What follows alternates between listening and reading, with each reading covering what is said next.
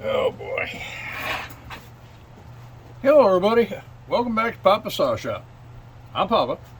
And pardon me a little bit today. We're doing something a little bit different in the respect that I'm got both hands free. Normally I hold the camera in my hand and flip-flop you all over the place, and so today I'm trying a new deal with the camera here. So anyway, so if I get out of the out of the shot, how they say in Hollywood, yeah, forgive me. I'll try to stay in here. So anyway, today, let me make sure we don't have anybody coming in. Nope, we're all good so far. Just checking the front counter. All right, so today I want to talk to you a little bit about centrifugal clutches, and specifically clutches in a chainsaw. So I got this 461 here that came in for a tune and clean, and this is one of our bigger arborist companies that bring all their stuff to us. But anyway, when I was there picking up equipment, the old boy that runs this thing, he brought it out to me, and he says, "Hey," he said, "I got this weird thing going on with this saw." I said, "How's that?" He said, "Well," he said, "I need you to take a look at it because I think it's possessed." Really? Well, I'm pretty good at getting demons out of saws. Well, what's it doing? So he said, runs okay, starts great. I have no problem with it. But when I set it on the ground, or when I just hold it and don't put my hand on the trigger, I'll watch the chain, and the chain will go slow. And then all of a sudden it'll speed up, speed up, speed up, speed up, speed up, speed up, and then go slow, slow, slow, slow, slow, and then come back to a stop.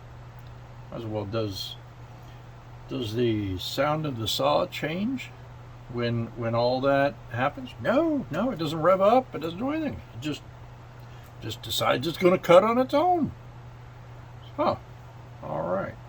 Well, sounds to me like you got a problem with the clutch. Oh, out of my hands, he said, "Take it with you." I said, "All right." So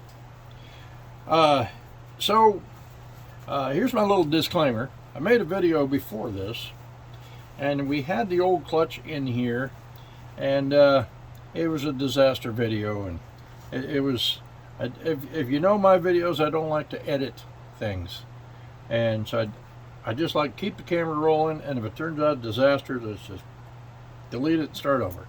So that's what we're doing. So so on the old video, we tore the clutch apart. So I got pieces of the clutch here. So here's what we're going to do. We're going to talk about what a centrifugal clutch is, how does it work, how do you know if your clutch is bad, and what do you do about it, and what kind of damage can a bad clutch cause. That's a lot to get to. All right, so let's get into it. So what is a centrifugal clutch? These guys are pretty doggone cool. They're really neat in the simplistic way that they work. So basically, this guy goes on there. As the saw is turning, that these springs will hold these outer pieces in place. As the saw spins faster, then these, because of centrifugal force, will start to expand outwards, and the springs will allow these outer pieces to move out to the drum. Once that clutch moves out to the drum and it grips this, and this expands in here from centrifugal force, from just spinning. Once these expand, it grabs a hold of this drum, and then it turns, which then turns your sprocket, which then turns your chain. Okay, so that's how it works. Now, parts of a clutch. Now, there's not very many pieces to these centrifugal clutches. Um, I have guys come in that'll buy a whole clutch because the spring went bad, or whatever. Um, if you don't mind tinkering with stuff a little bit, the parts on these are interchangeable and you can use them. I mean, if you've got if you've only got one saw or two saws and your clutch goes out, go get a new clutch and don't worry about holding on to pieces forever, because they don't go out that often. But if you've got a crew of saws, not a bad idea to keep some extra pieces around. Just because you break one spring out of a clutch, you can replace it. Doesn't mean the whole clutch is bad. So let's get into the parts of a clutch. So you got your centerpiece right here. This is what threads on, and that's the heart of everything. You got these little metal pieces right here that fit onto these guys just like that.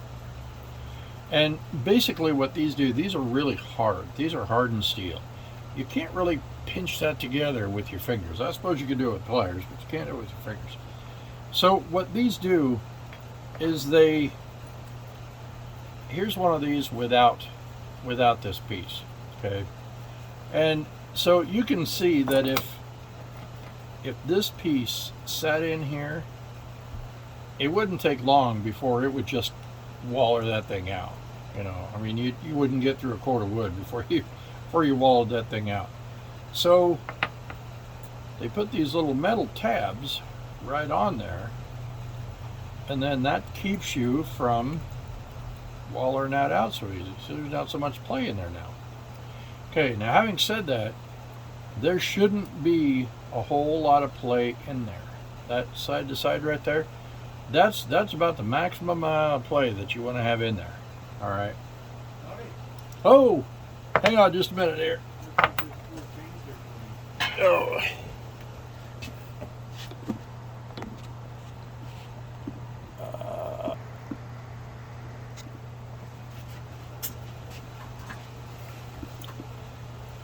Alrighty, sorry about that. Had a customer drop in. So, all right. So where were we? Oh, the parts of a clutch. All right. So let me get squeezed back around here again. Okay.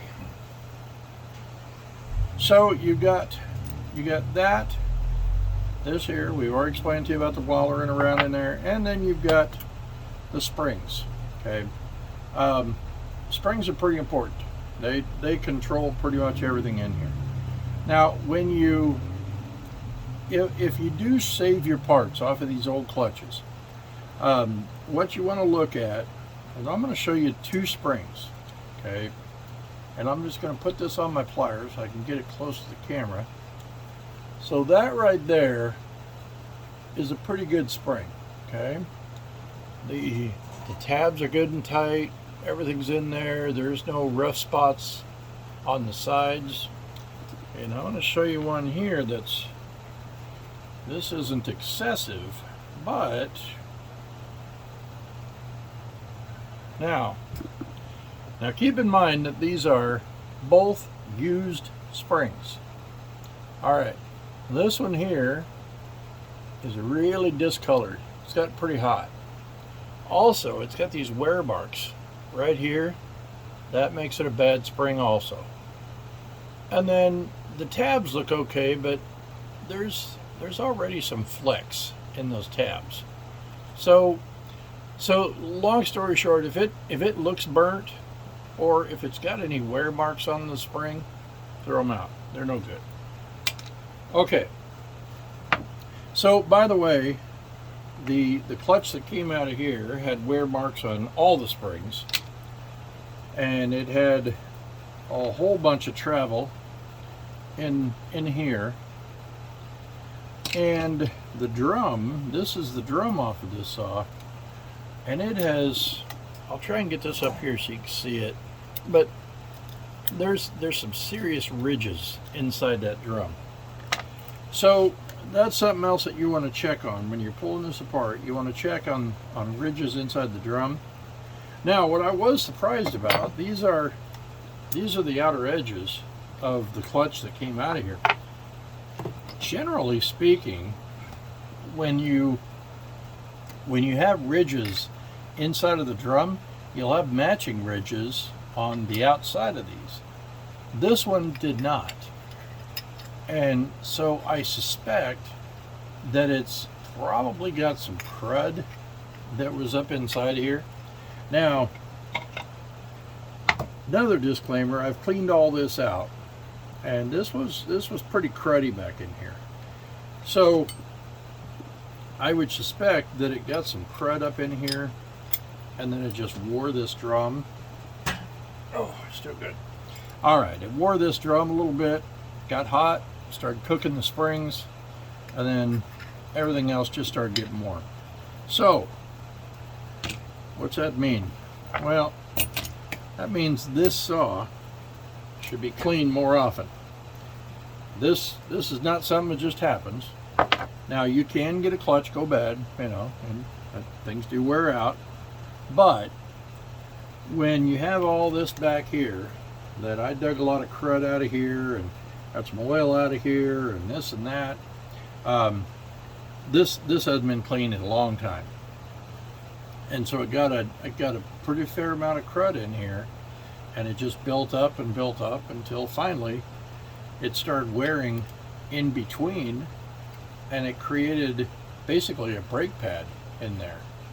And so every once in a while this would run, you know, as this is spinning on here. This guy is spinning on here, this is riding on the outside of it, full of crud, and every once in a while it would grab some crud and it would just skid that thing in there. It would just skid that crud in there, and it built up momentum. The crud got juicy and, you know, oily a little bit, and then it would pull up some more crud and it would slow it down and maybe stop until the cycle repeated all over again, where that force started to push on it again. So so another reason to clean your saw. Now, I want to show you something else here, because, and this video is basically about the clutch, but this kind of leads me to a couple other things that I want to show you here. Now, when you take this clutch off, when you take this drum and everything off here, you're going to find this washer is tucked in like that. Okay. Now, when you pull this off here and you throw it on the bench and you put it all back together, and then you look at this and you go, oh geez, that's got a curved in on this. How the heck did that thing go on there? Well, most of the time it's marked where it says top. Top means it goes to the outside. If it's not marked, the part that is beveled upwards goes on the outside. So it's beveled inside, that goes to the inside.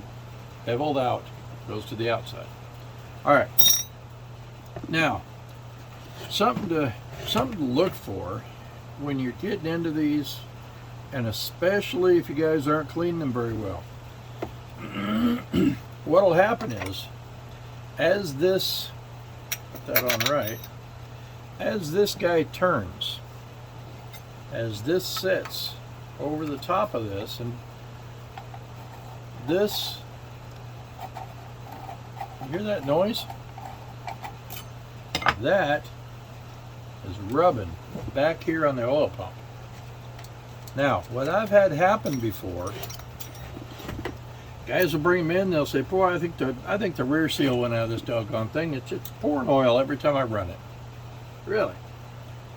And I'll rev it up, and the more you rev it up, the more oil it spits. Like, that doesn't look like 2-cycle oil to me. It looks like bar oil. What that is right there. Maybe you can see that shiny part right there. Right there, that drum was rubbing on that oil pump. Now, what would cause that to rub on there? Everything sits in here tight. It sits right back in here. A few things would cause it to rub. First of all, if the clutch is flexing back and forth, getting this thing hot, making it swell, kind of. I've heard that to be a theory before. Here's my theory. If you're seeing some scratches on there, and this, I can't prove this to be true, but I have seen it happen. Now, this guy here, this is the seal that sits up inside here. All right. This seal, once the clutch is installed, that seal sits right up against there.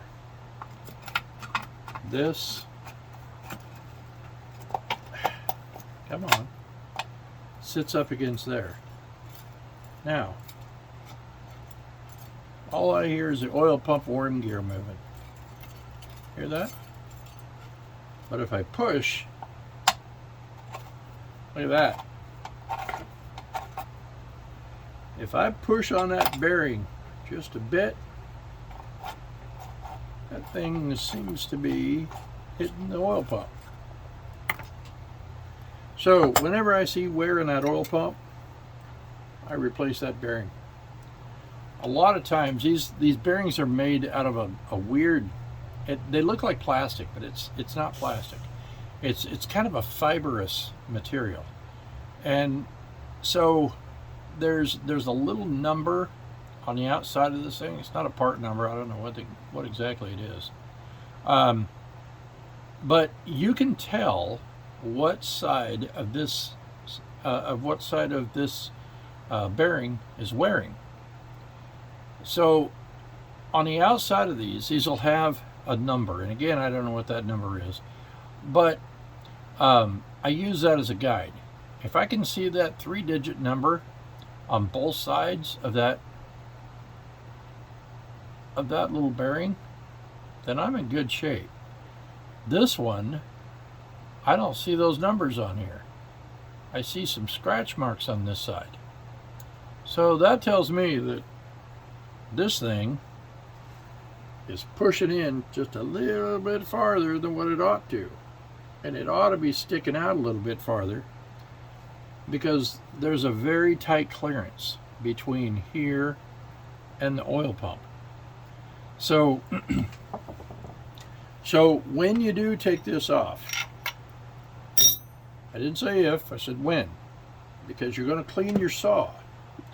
So when you do take your clutch off and you look inside here, you want to look and see if you have any wear marks on that oil pump, or if you have any wear marks anywhere else. Now listen to me. If you don't do this every so often, and I mean the key word here being often, what will happen is that this will continue to wear, this will continue to get closer. The best thing that can happen is that it'll tear up the oil pump. The worst thing that can happen, and I get a lot of scrap saws this way, is that when this finally collapses and this is allowed to teeter like this, as it turns, it comes in and it gouges the side of the saw right here, and the block is done. So so there's my scare tactic for you. So that little bearing is very important. So you always want to make sure you check for scratch marks in there. The other thing that can cause that, so let's say you see some scratch marks in here, and they're not heavy, but you say, boy, there's scratch marks there. Papa said look for those numbers. My gosh, I see numbers on both sides. Everything looks great. There's nothing wrong with this thing. How dirty is this guy back in here? And how about this ridge? When you took this off and you scraped that and you got that big old ridge out of there, well, some of that ridge had some rocks, had some heavy debris, and it got in between here and here, scratched it up. Another good reason to keep your saw clean. Now, if you're not comfortable pulling your clutch off and doing this kind of stuff, hey, that's what us guys are here for. Okay, and if you can always ship it to me. You know, I don't know if you'd want to ship it to me to clean it up, but you can always ship it to me. And if you're local here in the Pacific Northwest, you can always go to www.papashop01.com and you can leave me a message on there. You can also leave me a message on the comments. And anyway, we can set up a time for you, get you in here and get her all cleaned up. So that's what it can damage if your clutch or any clutch components go bad. This is all integral stuff in here. Your oil pump, the seal, the worm gear, all this stuff in here is very integral for the operation of the saw. And so it's very important to keep this stuff clean and, you know, as clean as possible, and to do regular maintenance on it. So anyway, I'm gonna get this old girl all put back together. We're gonna put a new bearing in here and we're gonna get this thing back to work. So till next time, be careful out there. I'm gonna figure out how to turn my camera off from here. I got this cute little stick I can do it with, so we'll see what happens. So anyway, be careful out there. Any comments, feel free to leave them down there below. You want to check out any of our saw parts or anything. Oh, by the way, do want to mention to you, these are all these clutches that you see here, these are all used clutches that we get off of old saws. I double check everything before we use them and sell them, which this is where you come in. If you're looking for gently used parts, man, I tell you, I've got a whole doggone shop full of stuff. So if you're ever looking for clutches, handles, you know, whatever, and you don't want to pay brand new for it, but you want the original, or, you know, whatever. Anyway, head on over to www.papashop01.com. There's a little tab on the bottom right hand corner. It's got a little voice box thing. Goes right to me. You can just ask me right there. You can email me and let me know what's going on. Let me know what you need and we'll get her sent to you. So anyway, till next time, happy motoring.